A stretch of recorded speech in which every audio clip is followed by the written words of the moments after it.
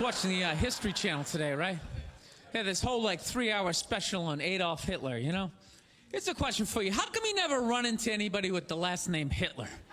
Ever notice that? That guy didn't have any relatives. You know, he didn't have like a cousin, like Ed. You know, Ed Hitler, he's a plumber, right? He's a shows up to work on time, you're a little late, he covers for you. You know he had relatives. They all had to change their last names. I'm fascinated with that level of evil, right? Like, you're so evil, they have to retire your name. Like, that's it. It's over. Shut it down. They just take your name out of that baby book list of names. Just erase it. Think about it. For the rest of the time, no one's going to have a beautiful baby be like, you want to call him Adolf? Is everybody cool with that? Can you imagine? Oh, thank you. Can you imagine being that much of a though? Like, whatever your name is, the day you die, Steve, that's it. No more Steves. You see that, dude? There's only a few names in history like that, right? Like, nobody has a friend named Attila, right? Anybody hanging out with their buddy Judas tonight? You're not. And that's a cool name. You set up one Messiah to die, that's it, it's over. They're having like the retirement ceremony. They're bringing your jersey up to the rafters. You're standing baseline with a bunch of other psychos getting high fives and stuff. It's a weird grading system, though, you know what I mean? Because look at a guy like Jeffrey Dahmer, man. That guy murdered and ate over like 30 people. People are still calling their babies Jeffrey. He must have been pissed. It's like, dude, how many people do I gotta eat to get a little damn respect around here? Anybody can kill him, I'm eating him. Ooh, you stabbed him. Fire up the grill. Taking this to a whole nother level. Life can pass you by. It happens. You know, you just keep living and living and living. You know what it is? I think you got like 25, 30 years to absorb as much as you can. And then that's it. That's all you know. Because right around then, you get married. And it's over. Right? You have a couple of kids. You're sucked in the bubble. You don't have time to pay attention to what's going on in the world. You're just stuck with these kids. It's shitting all over the place. Don't be a serial killer. Don't touch that. You're just stuck in that. You have 3, 4 kids. That is a 25-year sentence. Trying to get them all through college. Society just keeps fucking going. You get the last one through college, you step back out of the bubble, just... You don't know what happened. You're not even paying attention. You go back to your old record collection. Right?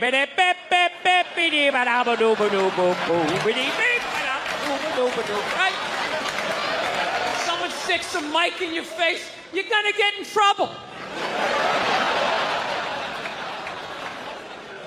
Yeah. It's one of the sad things about life. You get old and it passes you by. I feel it passing me by. I'm 46 years old. I don't even have kids, but I can't keep up anymore. Like, I had a college gig coming up, and I was like, man, I gotta figure out what these kids are into, man. I was 24 when a senior was born. I gotta figure out what these dudes are into. So I guess they were into like DJ music or some shit. So I'm like, all right, I'll watch some of this. You know? So I have like a reference or two. I don't want to be that old comic coming to the gig being like, what's up with this Monica Lewinsky? Is this crazy? I mean, this Y2K. I mean, is my stylist gonna work? I don't know. So I put this shit on. Dude, I lasted 90 seconds. 90 seconds. I was open-minded. All right, put it on. 90 seconds later, I'm like this old man. This isn't music. Now, when I was a kid, you dressed like a woman and you sung about the devil. Now that was music. people in the stands. I mean, that's just like what's entertainment for me now, you know? I like that Jimmy the Greek moment that happens in sports, you know? Like once every 4 or 5 years, you know that? Like some 50, 55-year-old white dude tries to explain why black people are kicking the shit out of white people in practically every major sport, you know? And it always goes down the same way, right? There's always like 3 white dudes, and the one white dude in the middle, he's always like the guy with like the theory. You know, he's always, you know, it seems these African-American athletes, they seem to have this quick twitch muscle fiber. You know, there's slow twitch, and there's this quick twitch. And the second the dude says that, like the other 2 white dudes start like sliding out of frame, like, okay, this guy's getting fired, and I'm not going to be part of this highlight. Nice knowing you, Ned. Keep that seat warm, right? And the dude in the middle, he's just like hell-bent on getting fired. You know, he starts like bringing up slavery. And evidently they were breeding the strongest man with the strongest woman and that quick twitch. And literally 20 minutes later, that dude's on TV. He's like fired, right? He's crying, his family's standing there. He's got like a box of shit from his desk with like an Emmy sticking out. He's like, I don't know what I said. I was just talking about the quick twitch and the slow twitch. And I wasn't just trying to make a point. No, I love that. I love seeing people mess up their careers like that. It's just funny to me.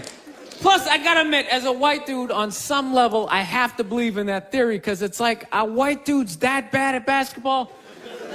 I can't even watch the NBA anymore, man. It's like every highlight, the white dude's like that, the black dude has like his nuts in his face. Fucking blah! I'm just sitting at home like, for the love of God, tackle the guy. Jesus Christ, get out of the way. Do you ever get tired of those 2 nuts flying over your head? You know you're gonna be on SportsCenter. Just get out of the way.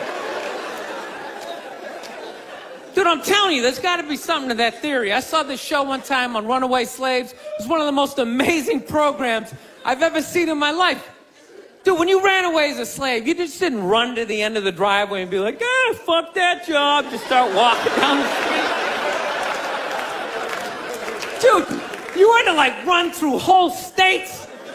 There's dogs chasing you, you're hurdling shit, you're swimming. Those were the first fucking triathletes. And there was nobody helping them out. There was no dude on the side of the road like, come on, man, 2 more states, you're in Ohio. Suck it up, you're looking good, looking good. Yeah, dude, you were on your own. Is it any wonder? 250, 300 years of that shit, and then I'm gonna D you up in gym class? It ain't happening. I come from hundreds of years of alcoholics. I got like half a liver, you know what I mean? It's just...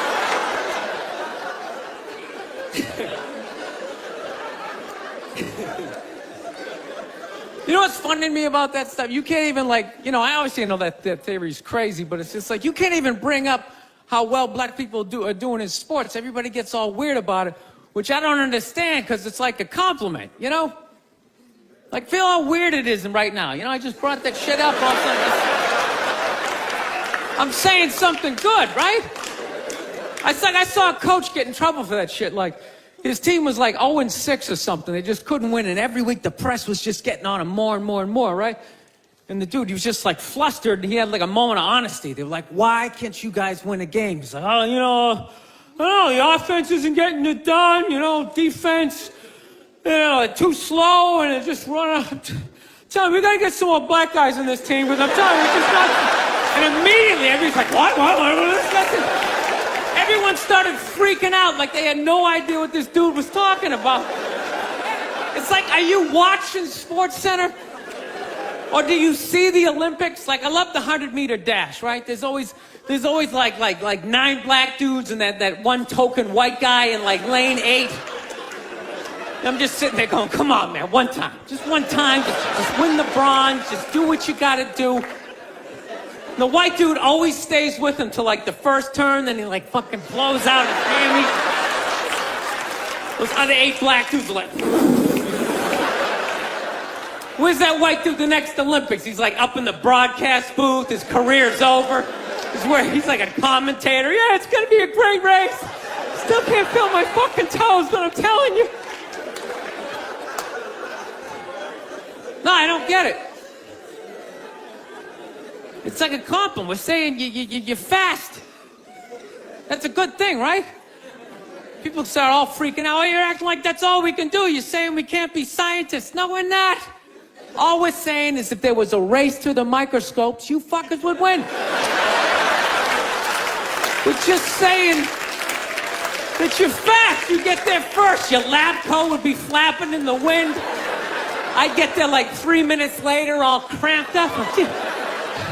Are you looking at bacteria? No, you go first. You just go first. Jesus Christ. That was a Volvo. The guy ran by a Volvo in street shoes. I've never seen that before in my life. No, I get into those arguments all the time. All the time. Friends of mine will be like, well, how come anytime a black athlete does something, they say it's an athletic move? Anytime a white athlete does it, they say it's an intelligent move. And it's like, well, fair enough, man. It just depends on what you're doing. You know what I mean? It's like, you know, if you read a defense, white or black, that's an intelligent move, right? But if you take off from the foul line, jump over 9 other dudes, and throw the shit down, those other 9 guys aren't standing there like, fuck, why didn't I think of that shit? Here I am dribbling around, guys. That's some superhero shit. See, like a cape flapping in the wind with a big S on your chest.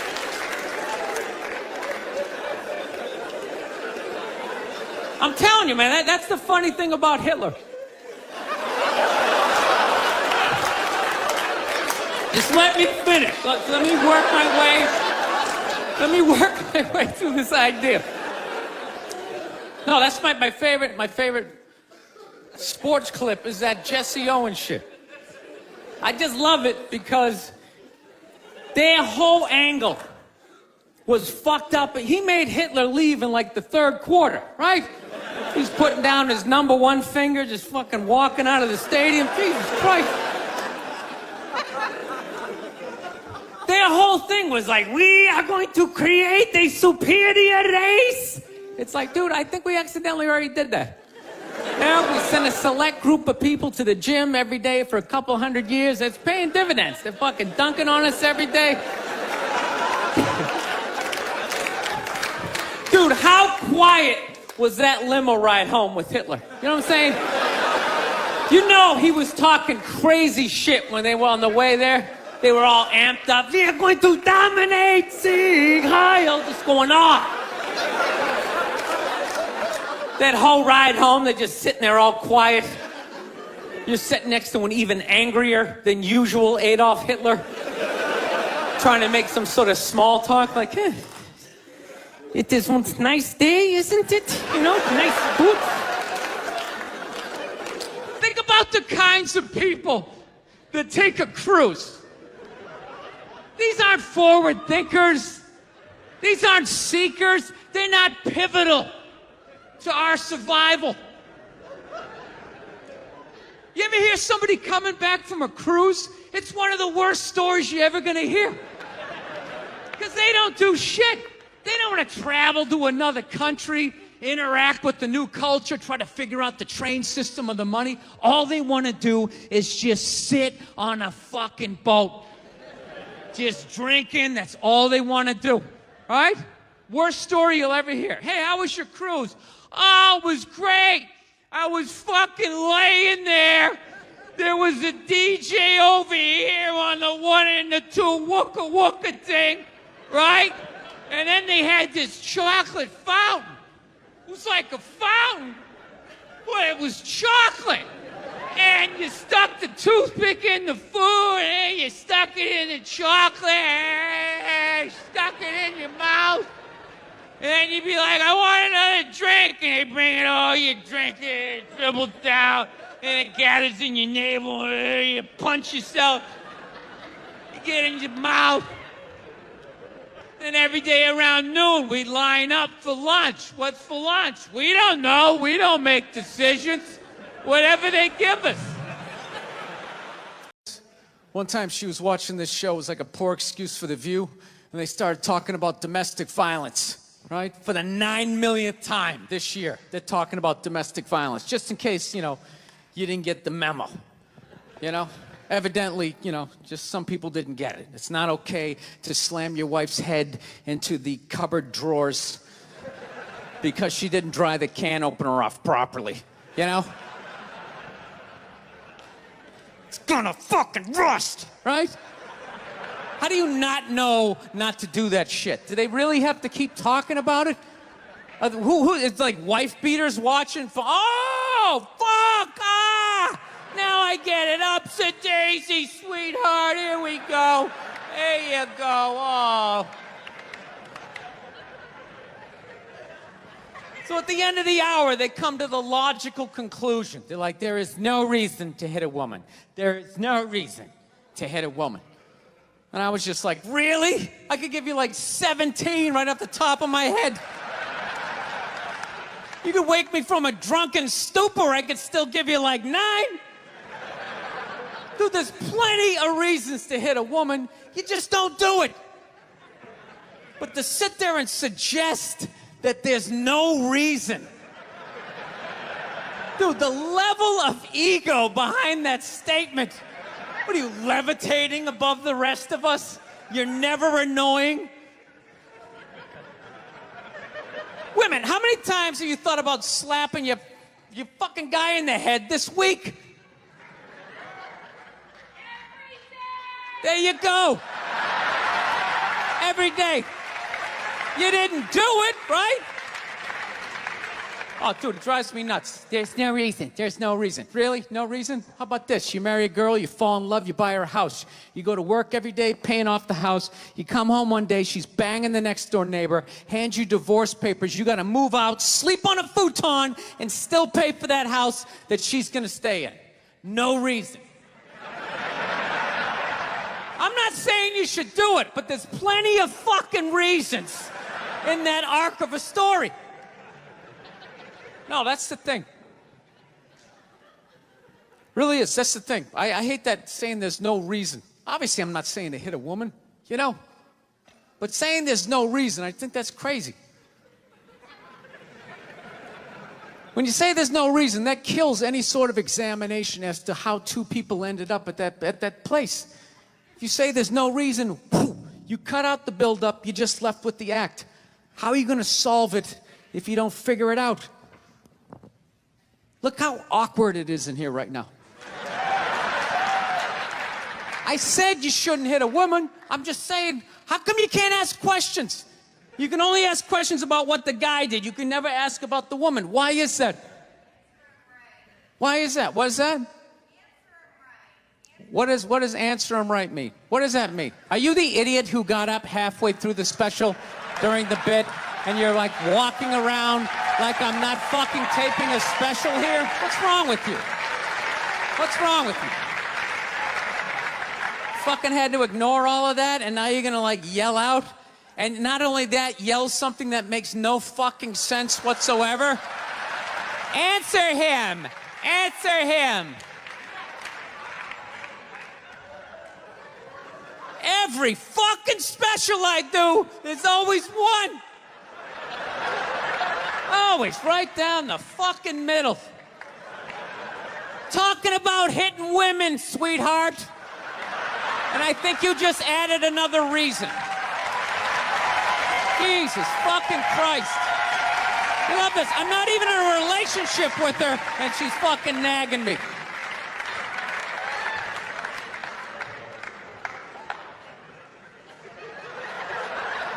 Fucking unbelievable.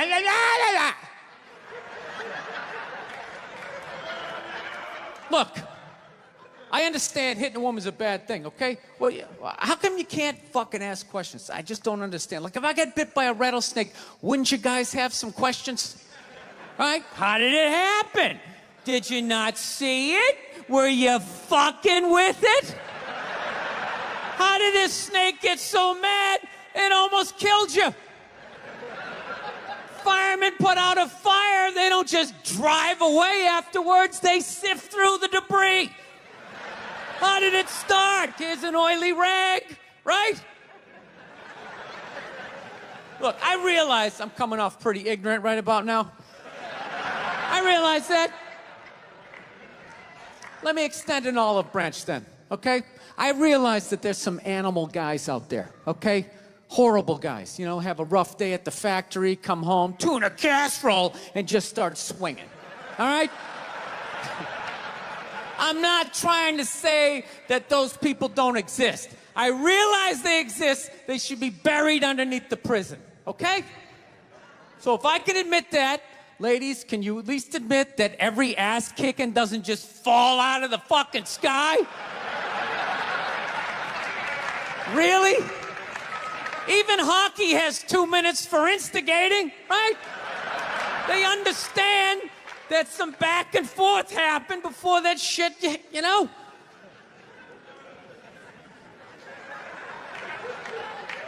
You know what it is? It's every case is handled like that Rihanna one, where they just say, the guy's a piece of shit, fuck this guy, blah, blah, blah, send him to jail, and then they never ask anything about that. You know, I'm not saying he should have done it, but I'm just saying. I'm just saying, dude, in your heart of hearts, what do you think was going down before that happened? You think she was just sitting there going, oh my God, Baskin Robbins, you want to get some ice cream? And he fucking,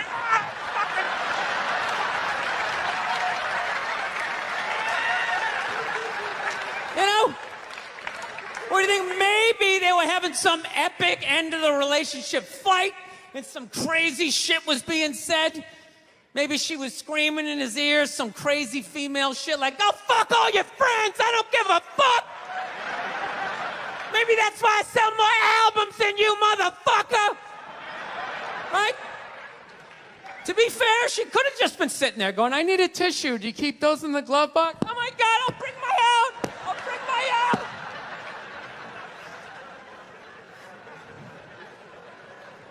Now, fuck that, because you know what it is? They never address how women argue, which I think is a core of a lot of that shit.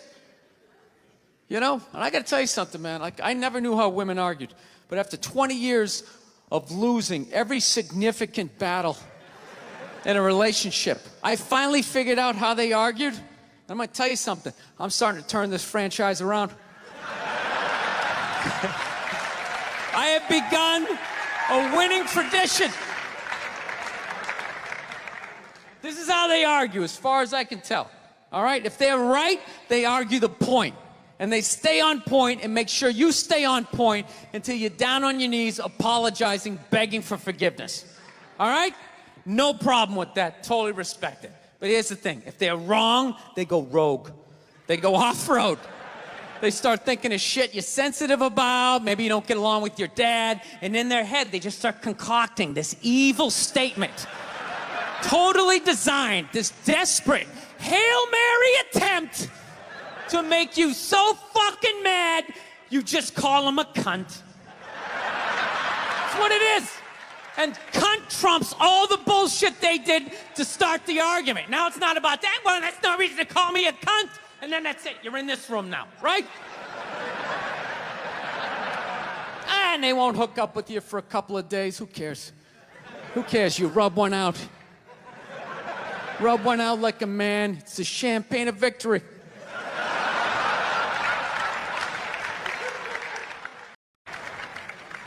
I want to get a gun.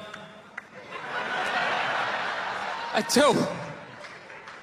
I really do. I never had that feeling before till I moved out to Los Angeles. This city just messes with your mind, you know? It's overpopulated, technically doesn't have a water supply, right? The dollar's crashing. Shit keeps you up at night. You're just thinking, what am I gonna do when the zombies come? Right? Start reading up on shit. Get some powdered food. Plant some zucchini. Get a windmill. Right? And that's all well and good. But if you don't know how to fight, all you're doing is gathering supplies for the toughest guy in the block. Right? Just thinking about that. What am I gonna do? Some dude turns me upside down, starts shaking the gold coins out of my pockets. I gotta get a gun. So I'm on the road, right? I'm in Reno. Great gun town. So I go down to their little gun store, right? Come walking in, there's some redneck there. I'm like, hey man, I want to get a gun. He's like, I hear you. What you looking for? What you want? Mossberg, over under at 357 Magnum, right? Starts rattling off all this gibberish, right? I don't know shit. I'm trying to play it off. I feel like a bitch because I don't know anything about guns. So it's like, what do I do here? Hell, I'm going to go with honesty. I go, look, dude, I don't know anything about guns. They terrify me, but I'm worried about the zombies. All right? Dude's just like, you need a shotgun. You need a shotgun, man. It's got a good spread. It's easy to load, doesn't have a lot of working parts, got a good spread.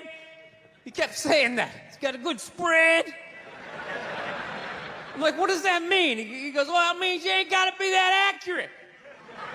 It's got a good spread. Further away you are, the more shit you hit.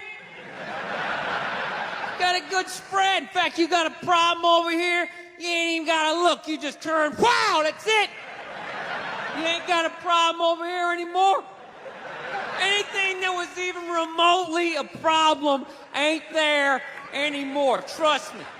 And then these people here, they saw what you just did here. You ain't got a problem here either. Feel me?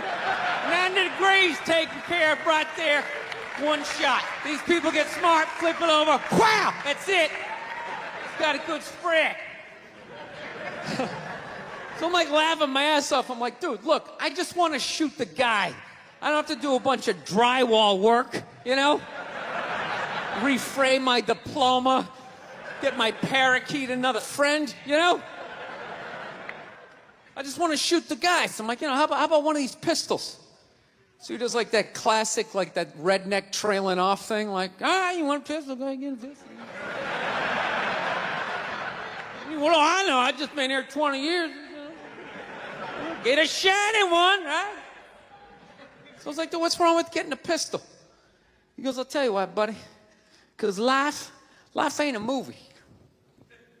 You feel me? I'm like, no. Can you please stop speaking in these backwoods riddles? Can you just say what you're saying? I told you I don't know shit about guns. Come on, do me a solid here. He goes, well, look, you ever watch a movie? Guy go, blah, blah, blah. He kills 3 people. Real life, man, you miss all the fucking time. You miss enough times, man, you're empty. You might as well just be standing there with a big stapler in your hand. Then what you gonna do? I was like, well, fuck it, let's get the shotgun. So he's all ready to box the thing up, and then I'm like, wait a minute. I live with my girl, I can't just show up with a shotgun, right? That's not some shit you can just come home with. If I found this stool on the side of the road, I can come home with this. Look at it. We can refinish it. We can carve our initials in it. We can have a good time, right? They just show up with a shotgun. Hey, I got it for us, right? One barrel for you, one for me? No. So she kiboshes the whole thing. Till the other night, somebody broke into our car sitting in the driveway. Starts fucking with her head, right? So she starts reading up on guns, you know? She's reading too much, because now she wants to get one, but she's just like, well, I heard you got to keep the bullets in the safe, keep the stock in the garage. And then what? Then what? I run around the house and assemble it? There's some dude's chasing me with an axe? You know? Are you even thinking this thing through, sweetheart? Running around. Where's the scope? It's in the living room. He's in the living room. No, we're getting this thing. I want that fucking thing loaded right on the bedroom wall, right there. I'll put that thing on my jam sleeves, just like that. There's no other point.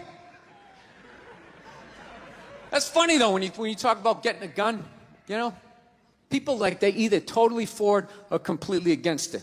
You know, they either go nuts and start screaming, right? Or they start throwing out those stats. Yeah, actually, you increase your chances of getting shot by 80% the second you get a gun in the house. Really? What, because I'm going to load it and shower with it? Like,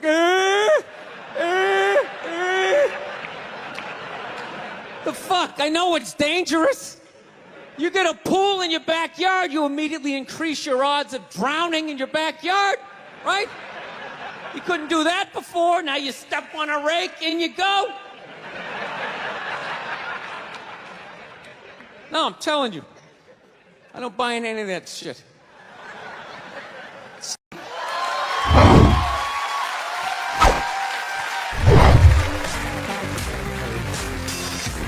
All right, thank you. Thank you very much. I here from Los Angeles. I live in Hollywood. There's a ton of plastic surgery out there. You know, a lot of people getting like facelifts.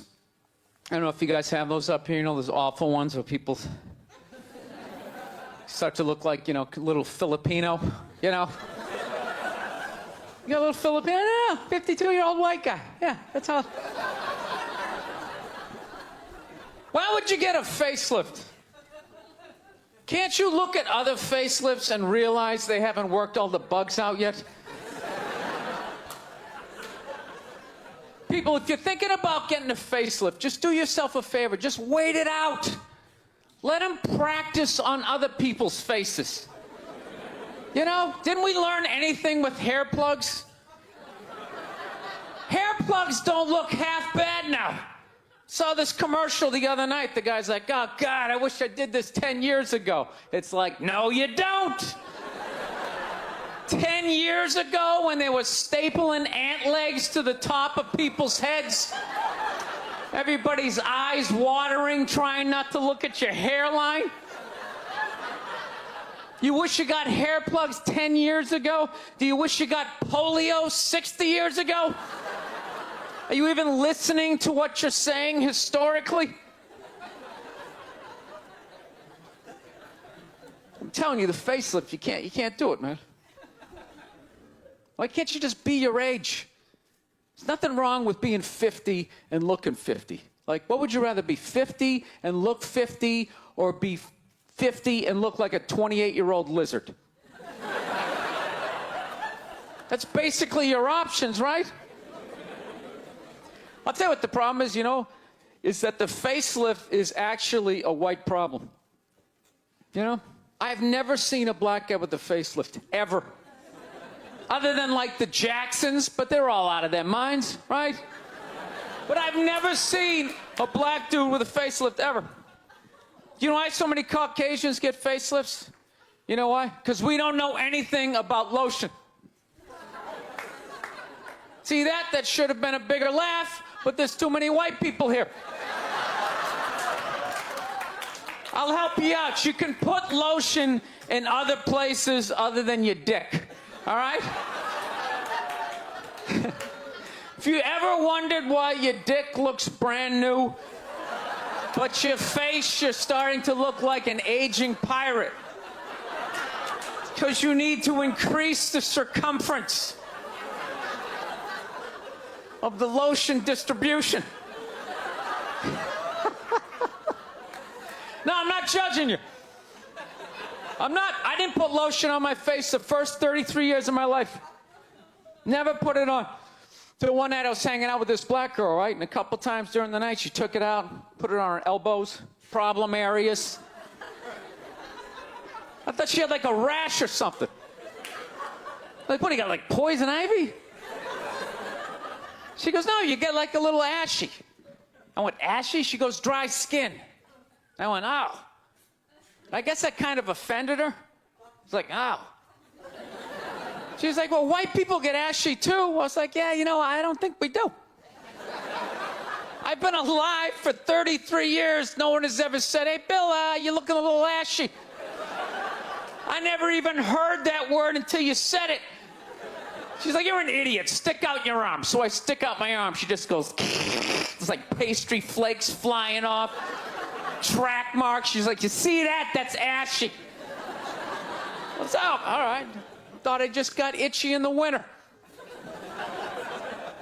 See, that's why you gotta hang out with everybody. Right there. Oh, there's too much. Seriously. There's too much information in the world. And every group of people misses just a little bit.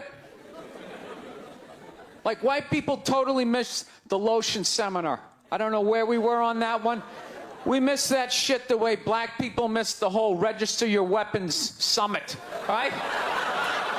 Just never got, really? You're gonna groan that? I'm the only guy who's seen 17 rappers get busted for that shit? Every time I see it, it just blows my mind. It's like, what, do you just want to make an album over the phone? Why would you do that? Is that like the new auto-tune?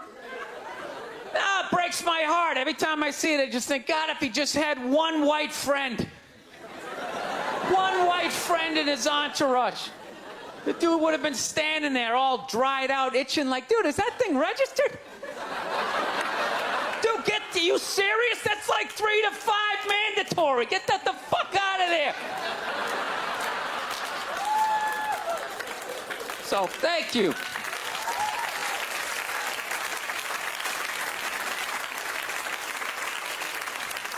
So, Schwarzenegger just got busted down on the States, yeah? That poor bastard, huh? Jesus Christ, another great man. Another great man brought down by another gold-digging whore. No? You don't think so? You don't think that that was a great man? Really? 3 decades of awesome movies? Bangs one made and now you don't like him? Tell you something, that's a great man. He is. First of all, I get why he did it. Why wouldn't he think he could get away with it? Look at his life. Look how he talks. That guy should be unloading trucks in Transylvania. That should have been the height of his success. But because he's a great man, he had the balls to move to America. And became famous for lifting weights. I lift weights, no one gives a shit. He stands there, people can't get enough of it. That should have been the height of his success. He says, fuck that, I'm gonna be an actor, despite the fact no one can understand me. Becomes one of the biggest actors of all time. That should have been his height. He says, fuck that, I'm marrying a Kennedy. Bam, he does it. Cherry on top, he becomes governor of a state he can't even pronounce. Why wouldn't this guy think he could bang his maid in his own goddamn bed and not get away with it? This guy has been in the zone for 4 decades. Give me the rock, I'm feeling it. I had a hit movie with a midget. This is a layup. I don't even need a condom. You guys are great. Thank you very much. Thank you. Oh. You know why so many Caucasians need facelifts? Because we don't know about lotion. See that? Only half of you laughed. That should have been everybody. Yeah, but a lot of you were sitting there like, well, what about lotion? What is this lotion you speak of, and what is the magic therein? I'm not judging you. Not judging anybody. I didn't know anything about lotion. Never used it the first 33 years of my life. Never used it. Till one night I was going out with this black girl, right?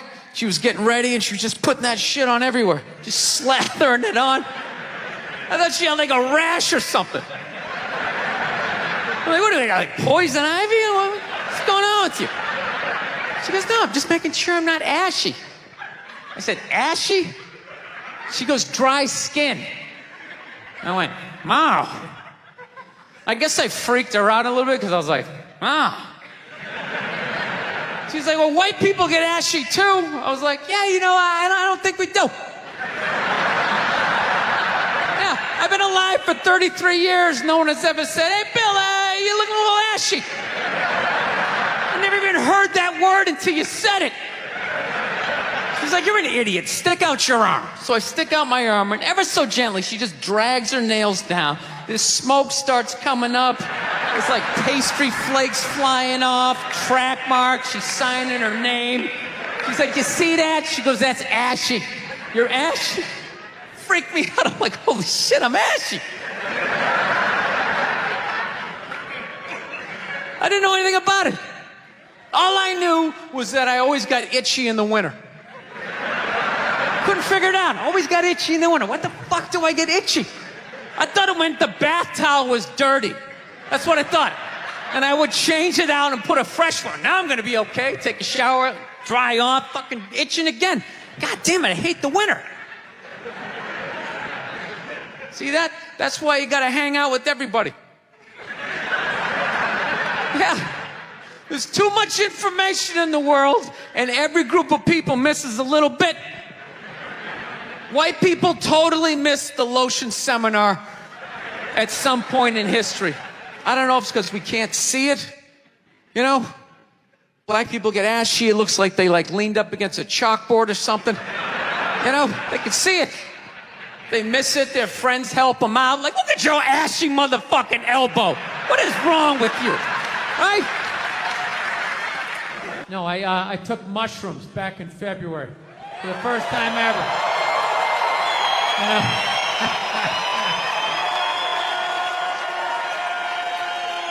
This is the perfect state to tell this story. You guys should literally you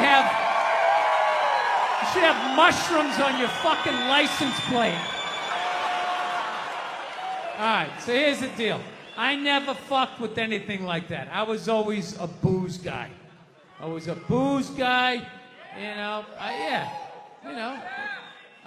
relax everybody. I always get nervous when I get white guys going like, yeah, all right, woo, build the wall, okay, I'm fucking around, relax. It's frightening to listen to, but that's what being a guy is. You're not allowed to have emotions. So that's all of that shit comes out when you drink. Do something dumb so I don't feel stupid.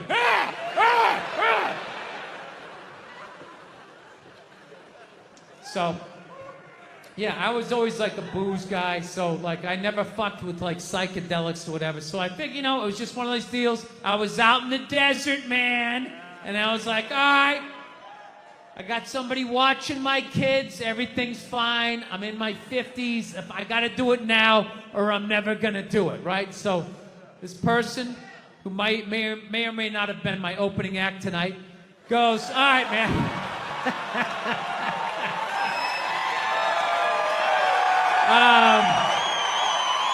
He's a good man. He says to me, he goes, all right. He goes, okay, just take it's always just like, all right. So, like, how fucked up do you want to get, all right? And there's always like a square, and it's like, okay, don't eat the whole square.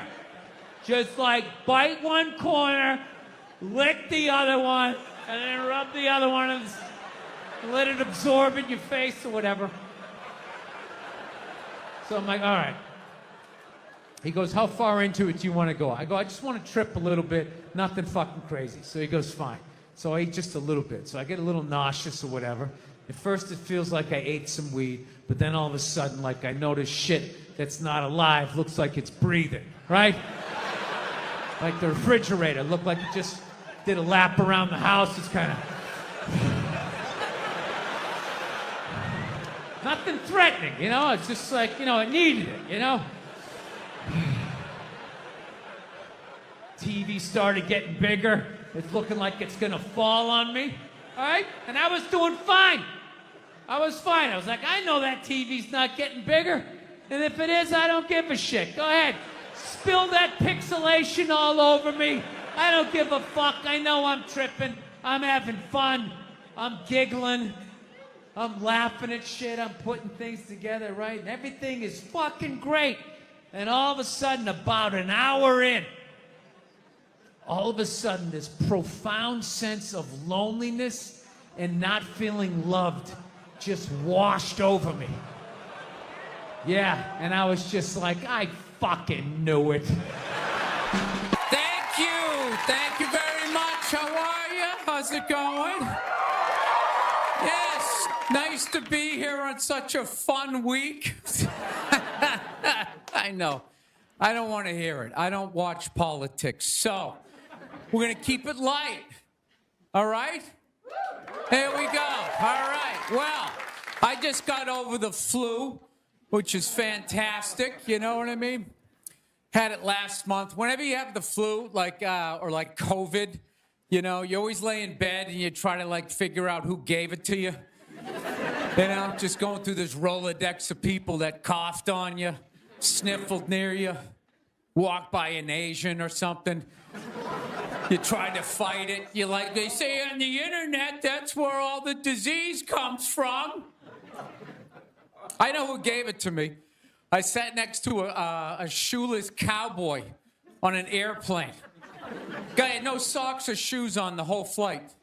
The whole flight, I'm sitting there looking at his dirty Jesus feet. And all I'm thinking is the next pandemic is growing in the bottom of his feet.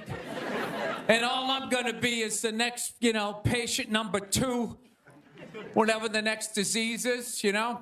So, I'll tell you what kills me is I looked at the guy and all I'm thinking is, yeah, like, you know what? God made that guy. You know, and he keeps making that guy. Like one mouth-breathing moron after another. Yet we still go to church on Sunday, and what do? We praise him. When is the constructive criticism coming? Like, dude, when's the last time you made a Gandhi? Somebody empathetic, you know? So, my problem is I didn't get the flu shot, you know? I'm old school. I kind of still do the vaccine thing, you know? I know, some people like it, some people don't, you know? I don't know. It's a weird thing, though.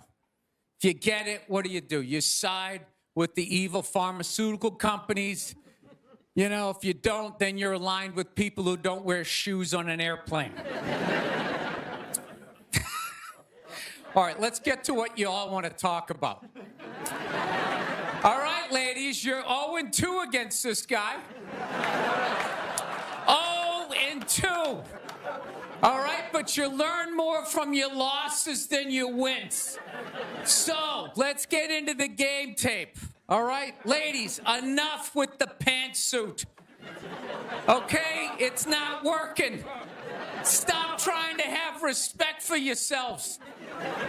You don't win the office. Like on policy, you know? You gotta whore it up a little. I'm not saying go full Hooters, but find the happy medium between Applebee's and your dad didn't stick around. All right? You all know how to get a free drink. Okay? And I know, listen, I know a lot of ugly women, feminists, don't want to hear this message. But just tease him a little bit. Make a farmer feel like he's got a shot. Swing a state over a little bit. I'll be honest with you, I am so psyched that this stupid election is finally over. It took forever. Like, you know? Yeah. Everybody knew who they were voting for 4 years ago. And then they just drag you through a year and a half of this stuff. Like, who was sitting there watching the debate, like, still not decided? Two of the most polar opposite people ever. It's like, all right, let's see. What does the orange bigot have to say? How about the real estate agent that speaks through her nose? Oh, there's a point. This is so difficult. It's like they overlap. I just can't make up my mind. I'll be honest with you. I can't believe Trump didn't win this thing like 4 months ago. You know? I know that's weird for younger people to hear, but like when I was a kid, if you were running for president and you got shot and you didn't die, that was the end of the election. There was nothing you could say, right? Everybody would just be like, this guy's the man. He is the king. I don't know. I'll be honest with you. I think the number one reason like Trump survived is all those herky-jerky movements that he does. You just can't like nail the guy down. I gotta be honest, the guy is a lunatic. He literally got shot and immediately jumped back up and started yelling in the direction the bullets were coming from, unarmed. That's not a sane human being. I would have been on the ground crying in the fetal position, like, all right, give me the truck. I don't want this job anymore. Just tell her she won. Tell her she won. But Trump's got all those weird, coming out. I think the guy couldn't get like a bead on him, And like right as he pulled the trigger, like Trump was just like, and Sleepy Joe, and the bullet went by his head.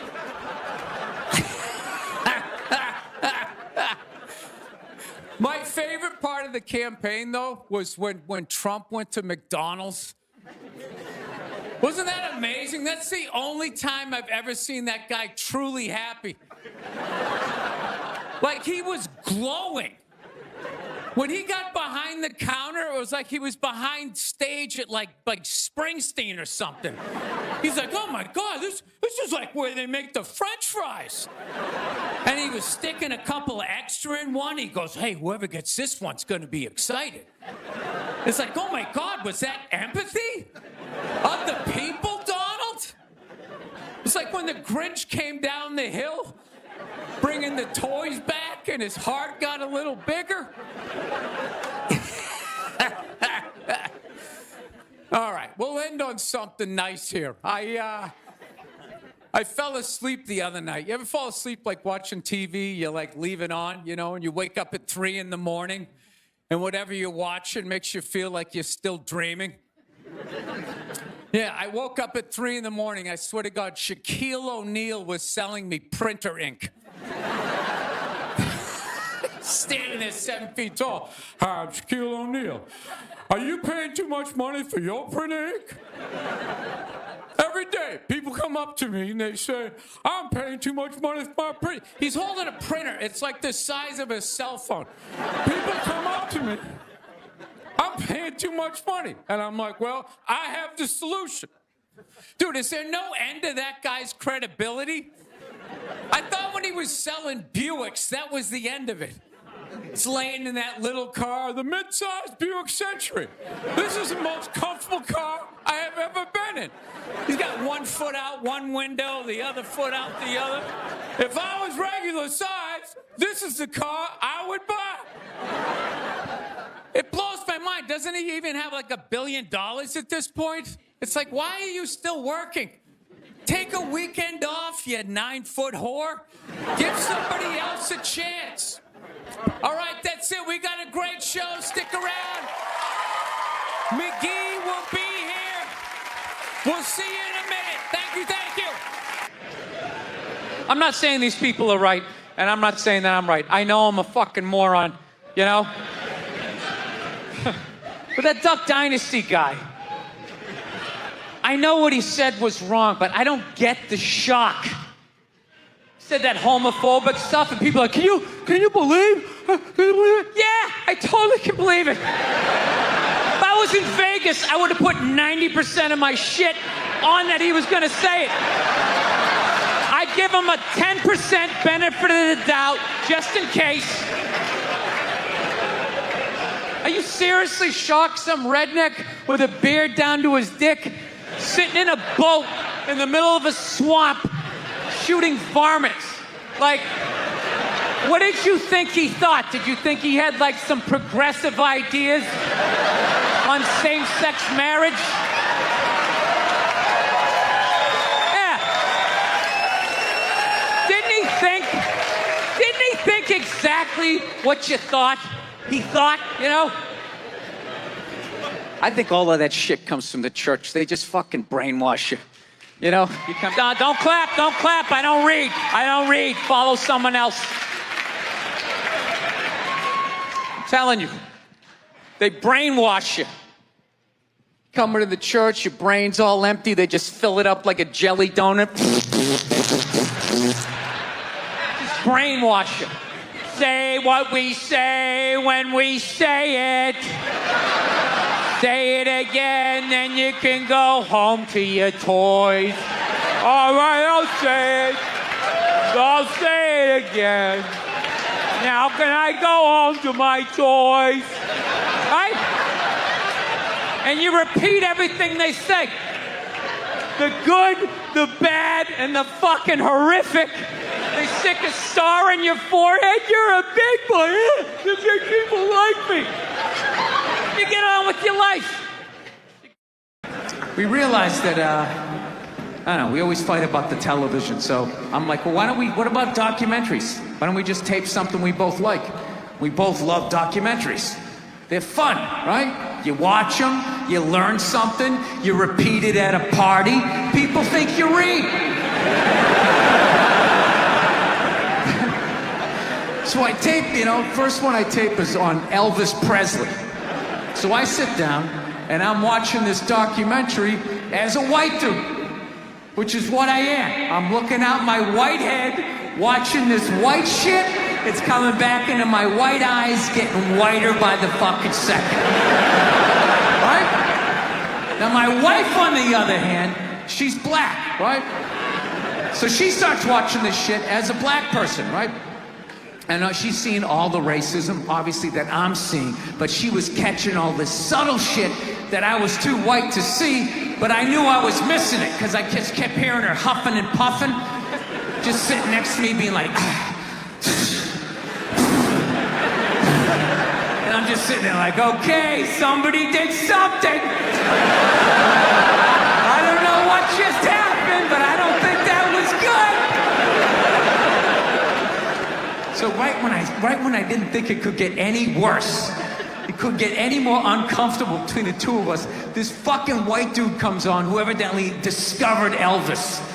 And he's like 190 years old, and he comes out, starts talking. He's just like, well, basically, I was looking for a white boy that could take the down and dirty, nasty blues and combine it with the pristine, angelic sounds of bluegrass. Yeah, that's what he was doing. He was subtly putting black shit down here while he was propping up the white shit. The down and dirty, daddy not sticking around, drug-infested neighborhood blues with the Jesus as white as me, hair the color of the sun, angelic bluegrass playing music, right? So at this point, my wife has like fucking steam coming out of her ears. So I make a judgment call. I just fucking shut it off, right? And she looks at me, she's like, why did you shut that off? Why did you shut it off? I was like, because you're about 3 minutes away from yelling at me like I produced this music.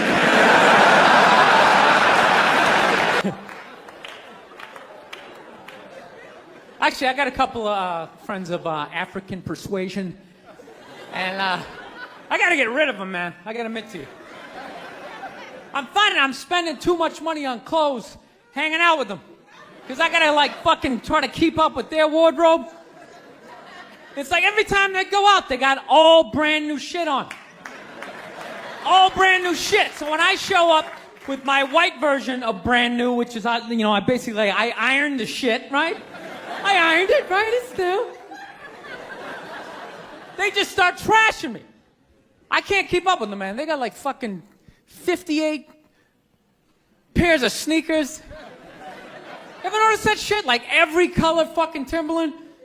And I don't give a shit what fucked up color their shirt is. They got a pair of shoes to match it and a hat. It's like a rule or something. They're the worst. Even when you wear some new shit, there's like some sort of rule that you gotta like space out the amount of time within which like that you wear it. Because God forbid you wear the same shirt within a 10-day period, one of them's gonna notice. All of a sudden just look at you funny like, this motherfucker's got the same shit he had on last Tuesday. And then the whole car's like, oh shit! Then everybody just starts making fun of your fucking clothes. First they do the math, like what was that, 5 days ago? 5 days? This motherfucker got 5 shirts! He got 5 shirts! And they start breaking it down. Yo, his first shirt be saying Monday, next shirt be saying Tuesday. Yo, on the weekend, he ain't be wearing no shirts.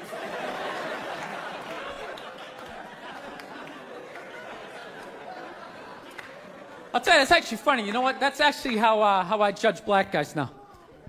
When I first came to the city, like, all black people scared me. No, it's like the typical white dude from like the suburbs, you know what I mean? Had no frame of reference, you know? It's my only frame of reference with black people is like remember those early 90s gangster rap videos? Throw the fucking LA riots in there, man. It was fucking horrible PR. I'm watching the videos, look, he's got a nice car, he's got all the women, and he's still fucking mad. These black dudes are never happy. But after 10 years of living in the city, this is how I narrow it down. Whether a black dude scares me or not. Black dudes with dirty sneakers scare the fucking shit out of me. No. I figured out in my head, because I know from hanging out with them, that's the last shit that they're gonna let go. The immediate shit that they have on. So I think, you know, if his sneakers are fucked up, that means his life is fucked up. Every time he leaves his building, the whole neighborhood, oh, shit! Everyone starts making fun of him. He's on the train in a bad mood. I kind of have this howdy-doody, kind of mug-me kind of face. I'm not saying something's gonna happen, I'm just saying, I'm paying attention. So I've been seeing this girl recently, this black girl, right? She lives up in Harlem, you know, gone out like 3-4 times, you know. First time we hung out in like the Village area in New York, you know, which is sort of like a racially mixed area. So shit was cool, you know what I mean? Second time we hung out was more like Midtown, you know. Then the third time, she called me at like 3:30 in the morning, and she wanted me to come up to her apartment, right? So it's 3:30 in the morning, she lives in Harlem, I look how I look, so it's a fucking situation.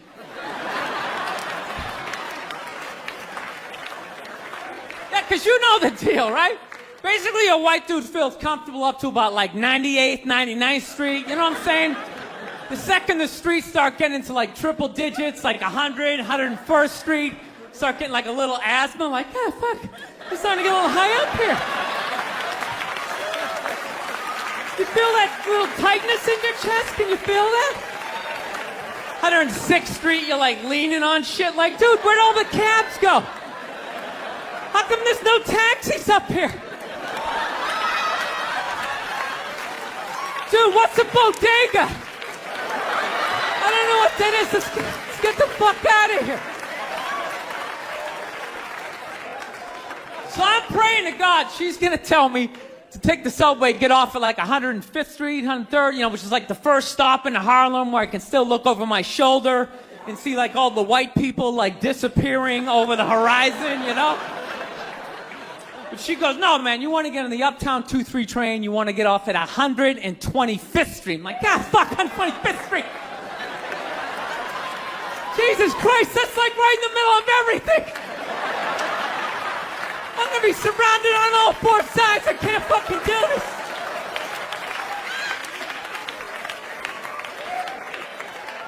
So, at this point, I'm really trying to hide like the bitchy tone that's starting to creep into my voice, you know? And I'm trying to ask for really specific directions for when I get up there, because I want to know exactly where I'm going.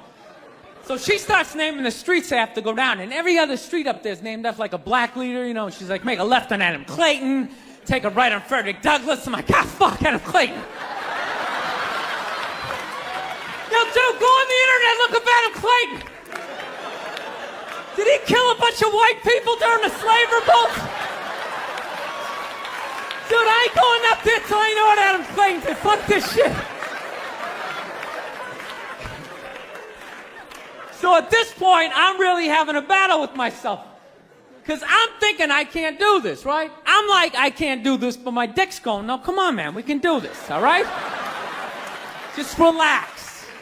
Pull yourself together and get on the goddamn train, right? So as always, I listen to my dick. Oh yeah, I get on the train. By the time I get up there, it's like 5 or 4 in the morning, right? I'm staying on like Malcolm X and like Danny Glover or some shit, right? I don't even know where the hell I'm at. But I see the street I want to go up. I want to go up St. Nick. I can literally see her apartment building. But there's like 5 or 6 black dudes standing right on the corner, right where I want to walk by. So I'm like, fuck! felt like I was on like some reality show at that point, like some sort of like white guy survivor. It was ridiculous. So I'm thinking, I gotta walk right by these guys, right? You know what's funny? I think that they were actually more surprised to see me than I was scared, you know? And I was really, really scared, you know, but I'm also really, really white, you know? Like shockingly Caucasian. You know what I mean? Like if you're not ready for me, I can like surprise you. No, especially if you live up there. You've probably seen a white person for hours, possibly days. So when I show up, it's almost like magical, like a leprechaun came out of nowhere, you know? Felt like I should have like a little pot of gold, like a rainbow behind me. Top of the morning to you, latte. Kind of dance my way past them.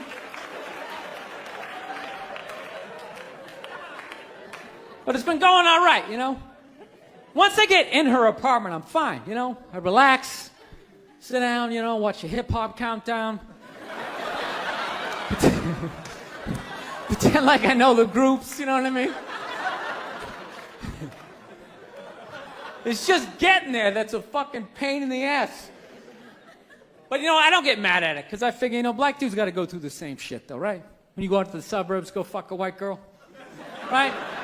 Just that same awful feeling of just leaving your people behind, you know, just less and less of you as you're fucking driving out there. Probably start off lean and you're all fucking cool. 20 minutes in, you're driving like 10 and 2, the radio's off. Like, dude, I don't like this shit. I don't like this shit at all. There's too much grass. I don't see any rims. This is fucked up. None of the windows are tinted. I can clearly see white people in every car. This is fucked up. Listen, you guys were awesome. Thank you so much for coming out. Been in a bad mood all day, man. Got in a fight with this girl the other day. You ever meet somebody like within like the first couple of minutes of them meeting you, they feel like they can like sum you up? Just like, you know what your problem is? You know, you just have like the urge just to take their head and just mush it into whatever they're eating, you know? You ever have crazy thoughts like that? Can you relate on any level? You never have like urges? You ever drive down the street and see like 30 people up on the sidewalk and you just think, right? You don't do it, you just think it. That's what separates the psychos from the functioning psychos. Yeah, psychos, they just do it. All right, that's a good idea. They get the wipers going, they make a day out of it, right? But a rational person, you like think it through. You start going, you man, if I just leave my hand right here, nobody knows who I am. I move it 2 degrees over here. I'm on the cover of Newsweek. I'm instantly famous. Right here, no one knows me. Like, hey, Bill, you want to go to the cookout? Maybe you could bring that potato salad you brought last year. It was such a big hit. One of the most horrific scenes we've seen in years. Bodies just strewn about. You know, Amy's gonna be there. She's still asking for you. You should ask her out. No indication he even tried to stop. Seriously, you're getting older. Put your hands on the dashboard. Put them on the dashboard. You have those? All right.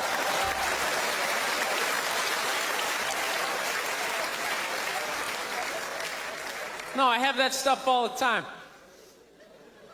I do. My girl took me to a street fair recently, right?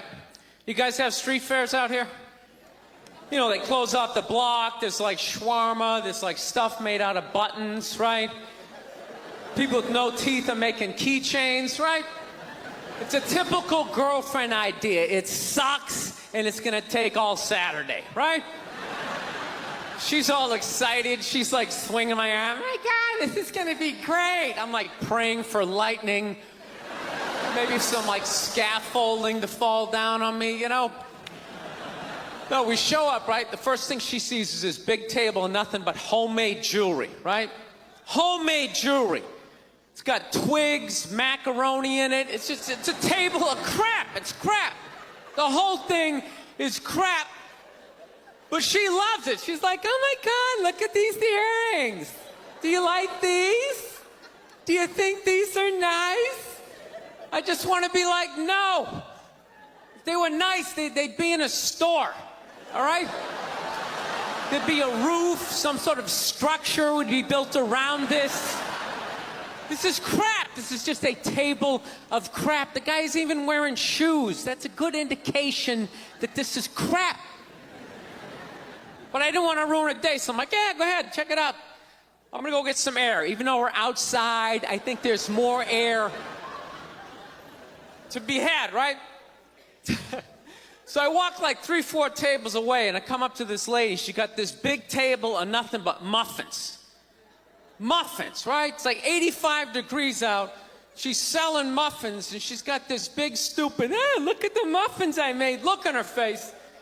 And the second I saw that part of my brain was just like, dude, what would happen if you just walked up and just said, hey, lady, these your muffins? Oh, yeah? And I just started going, blam, blam, blam, blam, blam, blam, blam.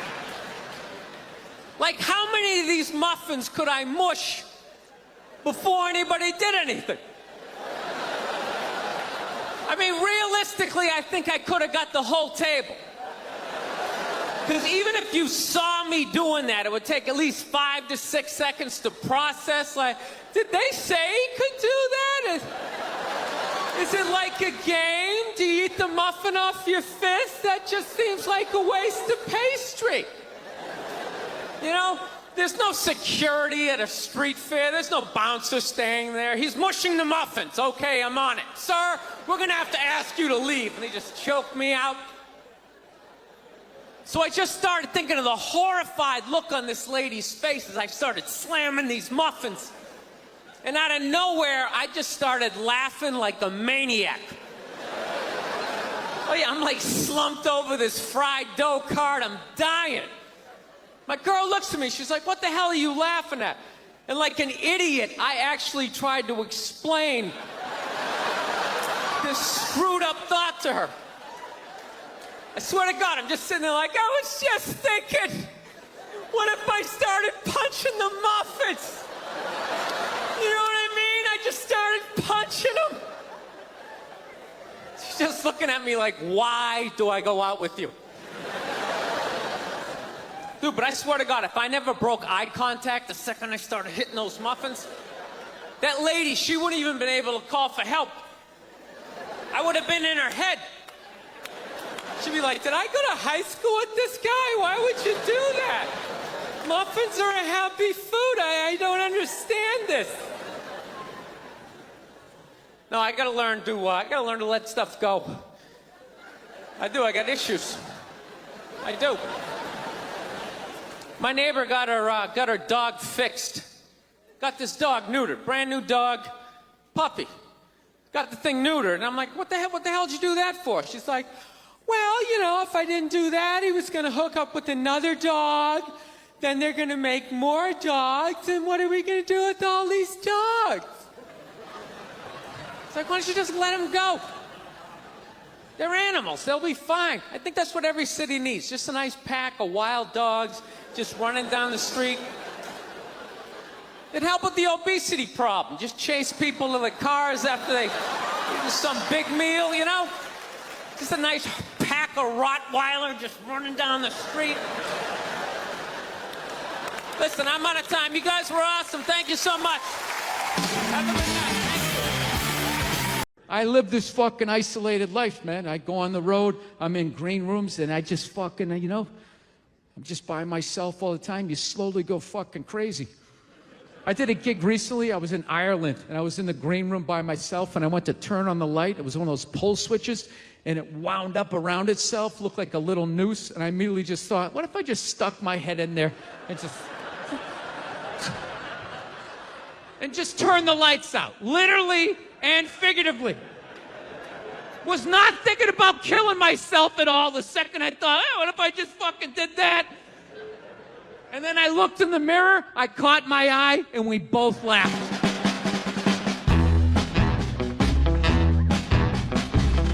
But you know, one of the big things that really made me feel old was when McDonald's started making salads. That literally ripped my heart out. I'm like, they're doing what? What? Now they have raps. And they're doing all of this shit. You know what it was? Was out of shape people complained to them. That you're like, oh, you don't have any healthy options. It's like, dude, this is McDonald's. This shit is poison. Who the fuck comes here to get in shape? Whenever I get McDonald's, I have a whole plan. At my age, I'm 48 years old. I know what I'm going to order. I'm going to go in there. It's going to taste great. 20 minutes later, I'm going to want to kill myself. And then I'm going to go, I'm going to the gym tomorrow. I'm going to the gym tomorrow. And no matter how much I say that, I woke up the demon in me. I woke up the demon, and all that grease is just coursing through my veins. And no matter how much I want to go to the gym, there's going to be this other voice going, dude, get an Egg McMuffin. Go down there and get an Egg McMuffin. And I'm going to sit up like the Manchurian Candidate. Okay, we're going to McDonald's. Is my in-shape voice is in the back going, no, what are we doing? Go to the gym. And I'm just going to drive right down, right? I know what it is. But somehow, out-of-shape people somehow made them, they're the fucking blame. They had to have more healthy shit because they're the reason why everybody's fat. How come they have to do it? What about Ben and Jerry's? How come they don't have to put a little kale in their ice cream? Why is that? And I gotta be honest with you, too. People went too hard on that Clippers guy, man. I'm telling you. For an 80-year-old white guy, that wasn't that bad.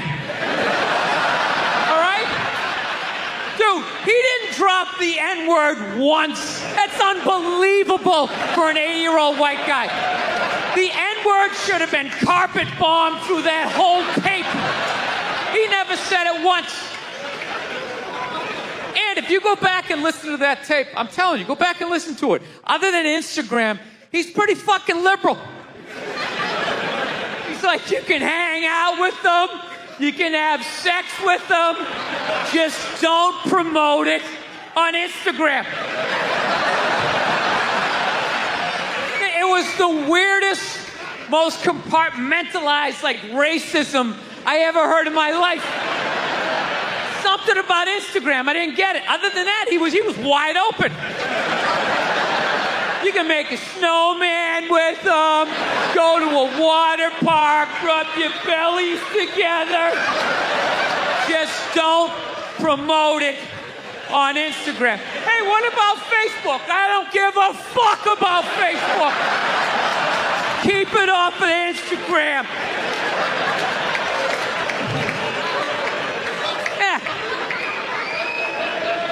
Dude, you understand? The guy's 80 years old. Do the math. This dude was born in 1934. That's 13 years before Jackie Robinson broke the color barrier. First 12 and a half years of this guy's life, he watched all-white baseball, and it was fine. First 12 and a half years. Up next, Whitey Willoughby. There's a line shot out to Peter Peckerwood. What a catch! Unbelievable into Chris Cracker. What a great day. What a great day for a ball game. White baseball, white players. Dude, his parents were part of the generation that finished off the genocide of the Native Americans. All right? That's who taught him his ABCs. I'm telling you, you can live too long. You can live too long. I'm telling you, you wear out your welcome.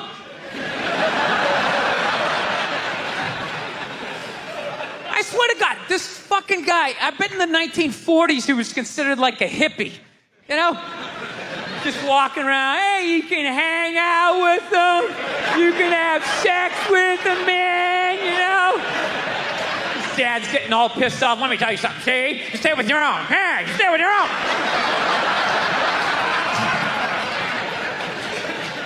South, man, I had a real weird experience last time I came down here. I was in Nashville, right? Sort of an awkward social situation, right? I'm sitting at this bar. There's this white dude sitting like 2 stools away. I don't know him. He doesn't know me. And that Terrell Owens story was in like sports news. So I try to make conversation. I'm like, man, look at this guy. This guy just signed a $40 million contract. He's already bitching, man. how much money do you need to make? And the dude looks at me, he's like, you know what I say? And then he looked over his shoulder, which I now know is the telltale sign that the N-word is coming, and it's coming hard. Oh yeah, it's not gonna be pronounced with the A, it's gonna be with the R, and he hit the R, he like stuck the landing. There was like a dismount, Klan members high-fiving in the background, like doing the wave. Just out of nowhere. So now, immediately, I'm looking over my shoulder like, dude, what the hell are you doing? You know what I mean? I'm waiting for like this hail of black fists to come raining down on top of me. I hate when people do stuff like that. That dude made me part of like a potential ass-kicking that I had nothing to do with. You don't do shit like that. He just had that word, hot potato, just threw it in my lap. Like, trying to pass it down to the next white dude. I hate when people do that, man. You know, it's like, dude, feel me out first. Ask some questions. Do you like to fish? Have you ever fucked your sister, right? I start rattling off answers, then you go old school. You give me a pamphlet, you tell me about your militia. Don't just dive into it. That dude was one of the angriest people I ever met. I should have known that word was coming, because he was just watching Terrell, right? And anytime I would bring up, look at man, that guy's talking trash, he would just like flip out. He won't shut up! You know, those people get like so mad they're not even looking at you. Their eyes are up. You just shut up and play the game. You know what's funny? I don't even like Terrell, but now I love the guy. Because every time I see him talking trash, I know this idiot in Nashville is just losing his mind, like kicking over his kitchen TV. Shut the fuck up!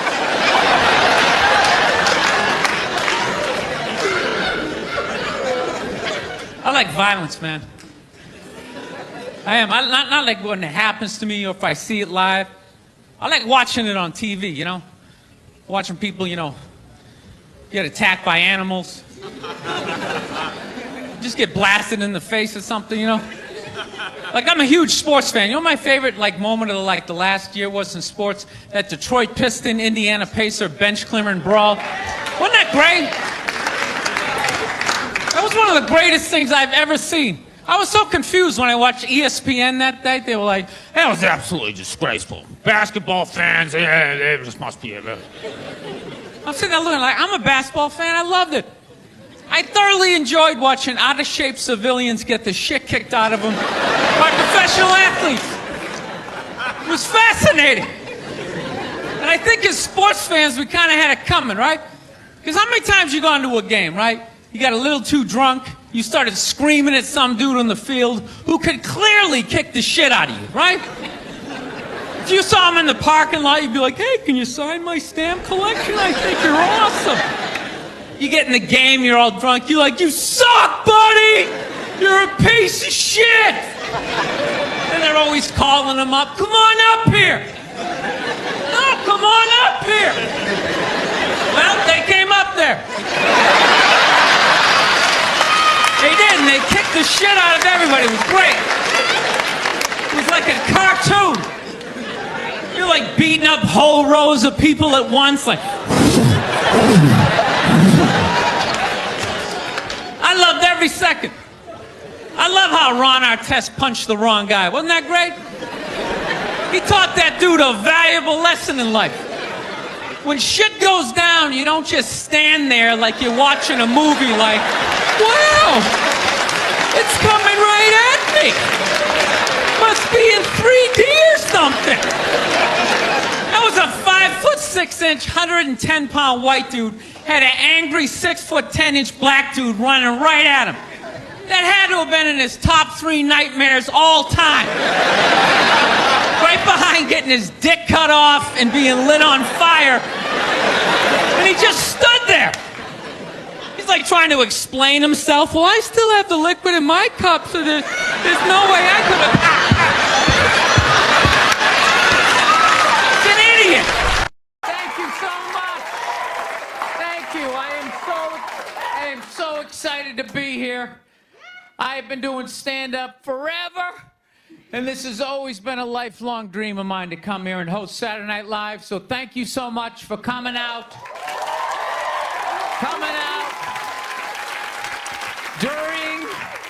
During these difficult times, you guys all look like surgeons with your masks on.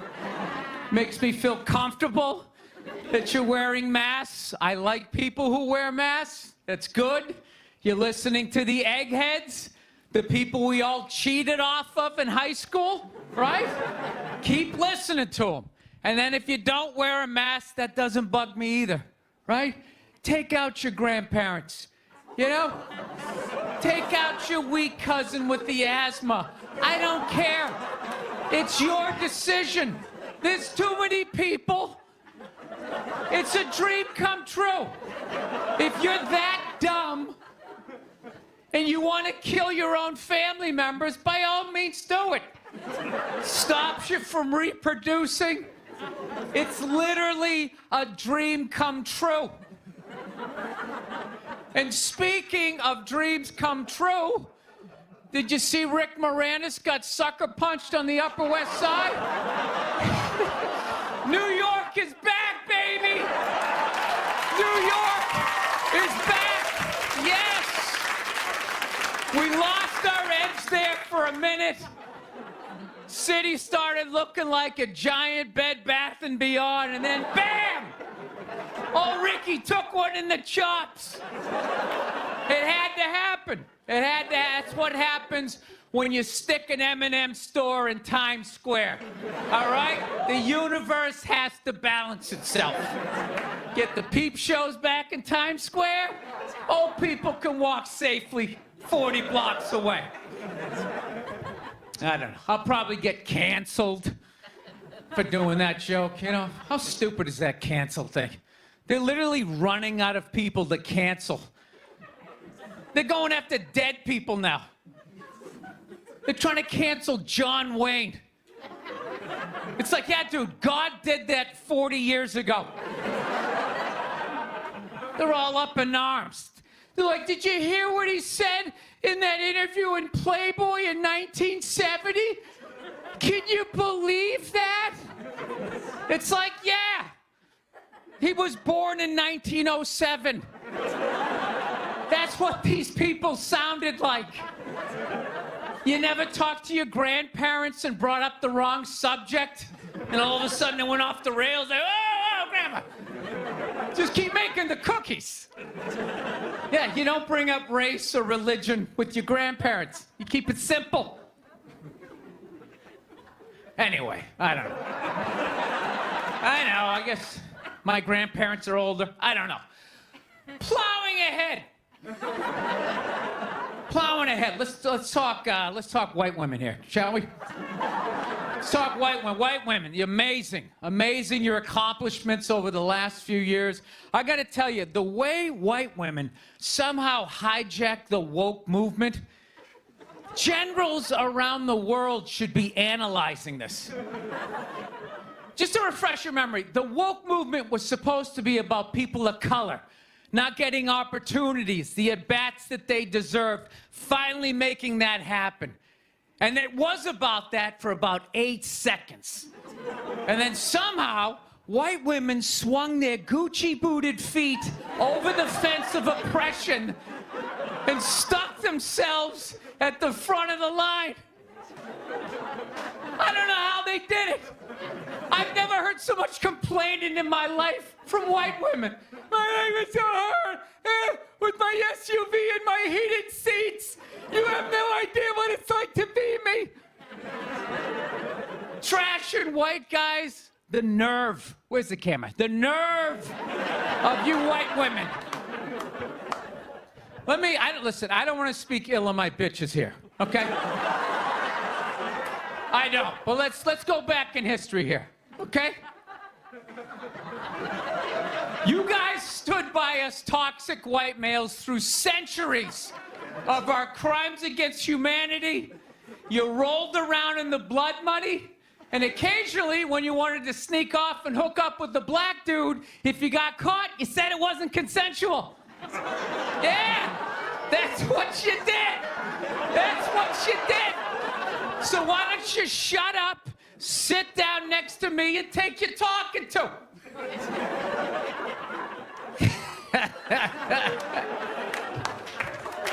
Thank you. So, I haven't been in New York for about a year. You know, I was here last year. I was shooting a movie. Had a great time with Judd Apatow, Pete Davidson, and all the guys. Yeah, had a great time. And I hadn't been here in like 13 years, and I immediately noticed how extra crowded the city was. And I was getting all claustrophobic. I'm like, what's going on? How much of people not using safe sex and making all these babies, you know? So I finally walked up to this old New York door guy, and I was just like, dude, what's going on? What's with all these people here? And he was just like, oh, no, don't worry. He goes, it's June. He goes, it's Pride Month. And I'm like, what's that? You know, I'm 52. I never heard of it, right? They didn't have that when I was a kid. He goes, oh, it's Gay Pride Month. And I was just like, oh.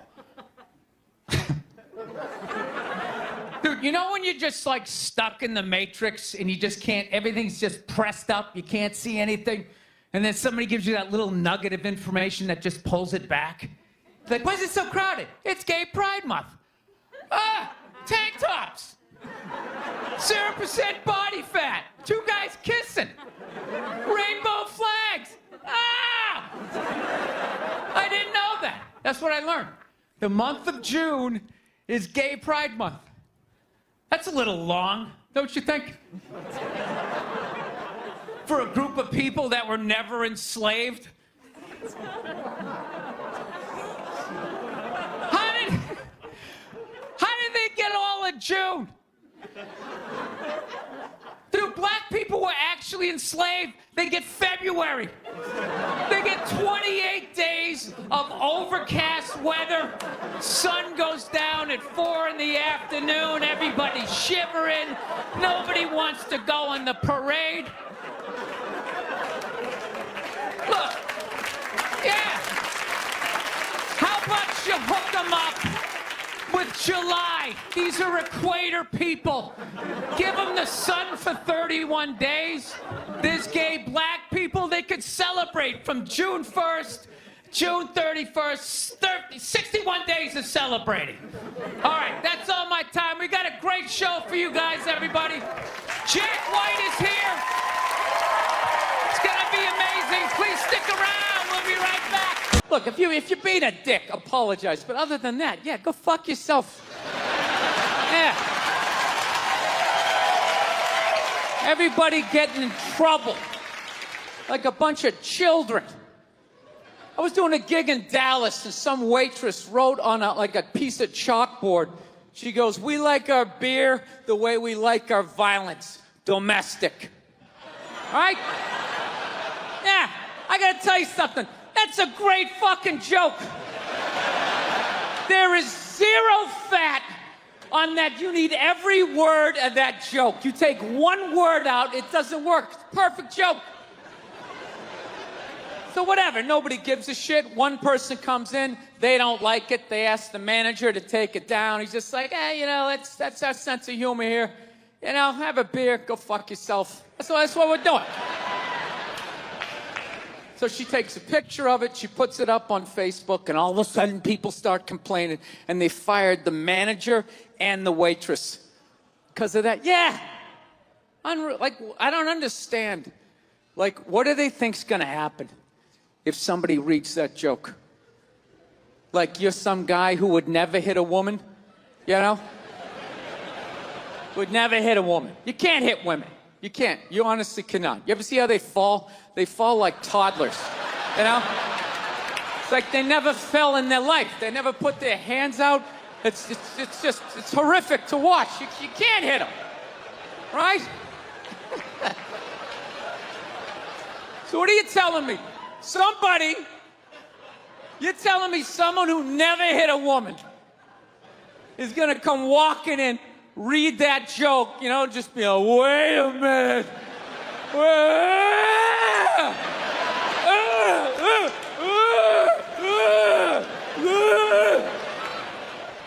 All those feminists are full of shit, because I'm going to tell you right now, someday, there's going to be the first woman president. All right? Which means you don't even know what her fucking platform is, and you automatically cheer. It's got the same genitalia. Fucking, I'm telling you, they're not smart people. Feminists, they're not as smart as they're coming off. I'm telling you. Someday, there's gonna be... By the way, this is gonna be my last show ever, by the time this fucking thing comes out. Someday, there's gonna be the first female president, which means there's gonna be the first male first lady, right? And you wait, you fucking wait. The first time that dude opens his mouth about some political shit, you watch all these feminists. They're all gonna be, you shut the fuck up! You shut the fuck up! It is her time now.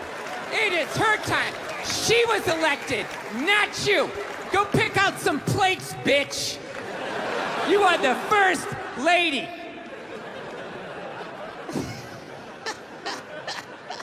He's gonna get treated like Tom Arnold when he was with Roseanne. Secret Service name will be like Appendix or Doesn't Matter. Not worthy of protecting. Just entered the Oval Office. Not worthy of protecting.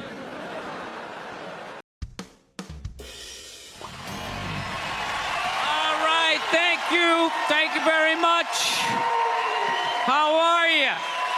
Please be seated. Good evening. Thank you. Welcome. Welcome to this lovely theater here in downtown Montreal. It's unbelievable. Can't understand you. Female voice does not travel well. I don't know what it is. Up close or in a whisper can make your dick hard, but beyond 10 feet, it just sounds like a couple of birds fighting over a French fry or something, you know?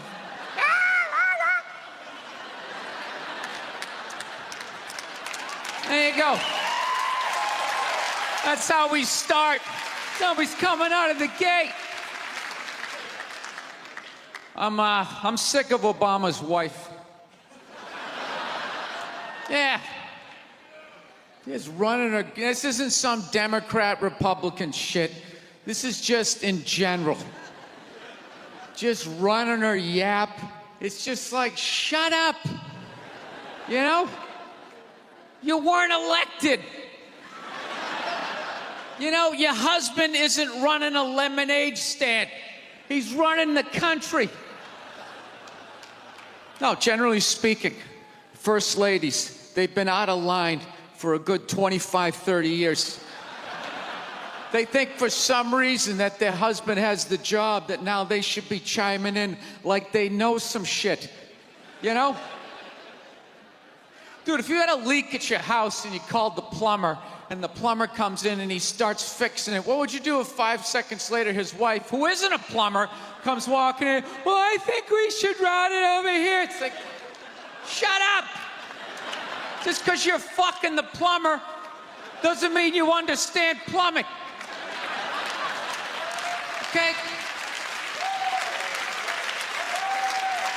Now, this is all like my fears, because they're trying to tell us down south here that they're starting to gear up for Hillary Clinton to be running for president, saying I think that would be a good thing.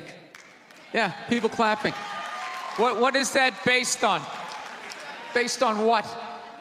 I don't get how she became a senator. That's shocking to you? She went from never holding political office to immediately being a senator. Why? Because she was fucking the president? Should Tom Brady's wife be the next quarterback of the Rams? Does he have some sort of magical powers? Like you suck at sports? I couldn't throw it all, and then he fucked me, and I just picked up this ball, and I was just lacing it in there. It was incredible.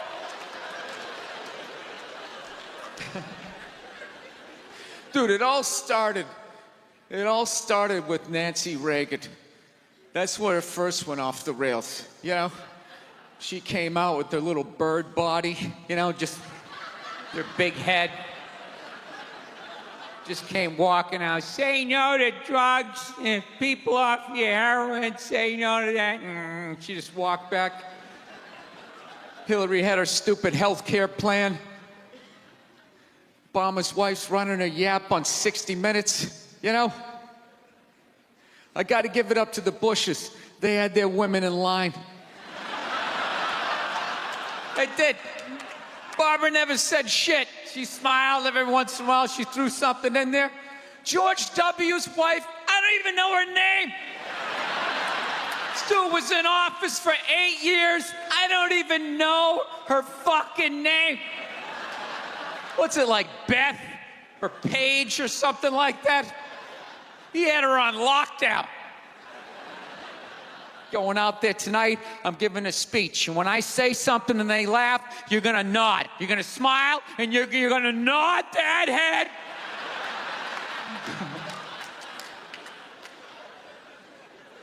Is this how it's gonna be? Really? Do you think like me saying this is somehow gonna affect? She's still gonna win.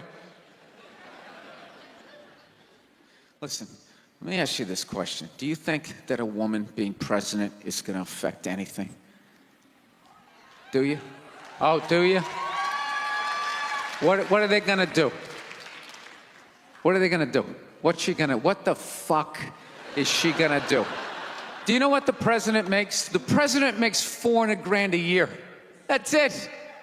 He's supposed to keep bankers in line that get like $100 million bonuses. I'll tell you, if you really want, nothing's gonna change, okay? Black, white, dick, or clam. It doesn't make a bit of difference. Nothing is gonna change until somebody's got the balls to start a group, go over the wall of one of these gated communities, and you start slitting some throats. Not just random throats, the right throats. You gotta climb up a tree, be up there with your scope, knowing that in 11 fucking minutes your life is gonna end, right? And take out many of those people as you can. Yeah, other than that, it's just gonna be a pair of tits saying the same shit to you. I'm staying in a hotel, everybody.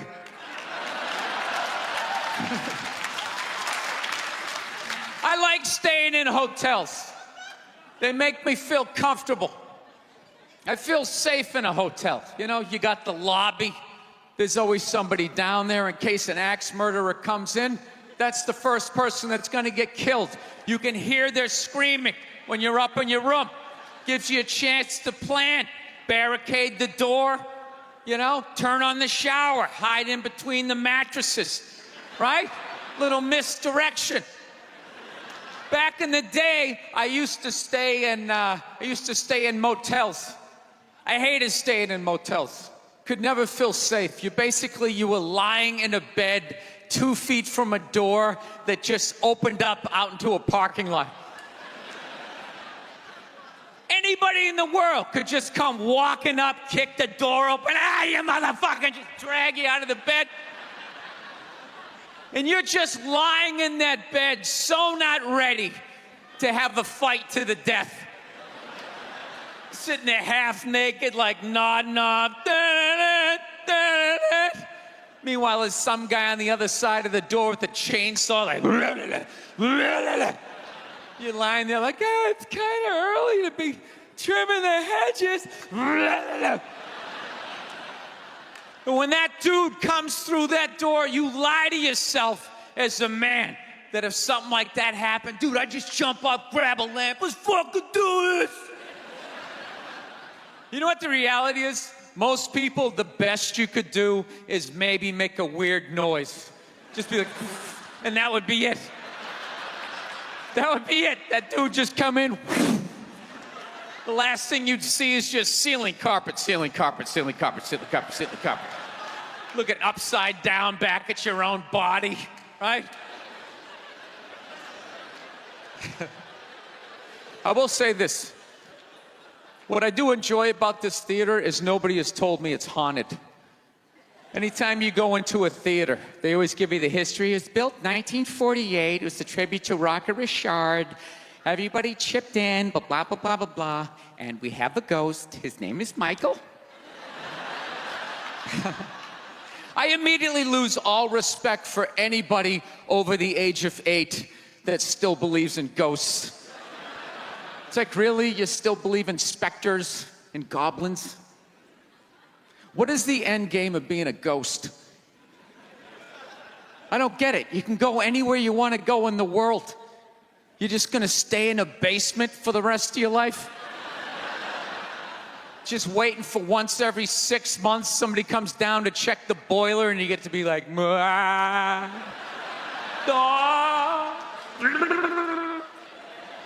Why wouldn't you go somewhere? Dude, I'd fly right to Washington, D.C., fly right into the CIA building, just start sitting in on meetings like, these guys are out of their fucking minds. Fly to the Super Bowl, go right into the huddle. I always wondered what they talked about.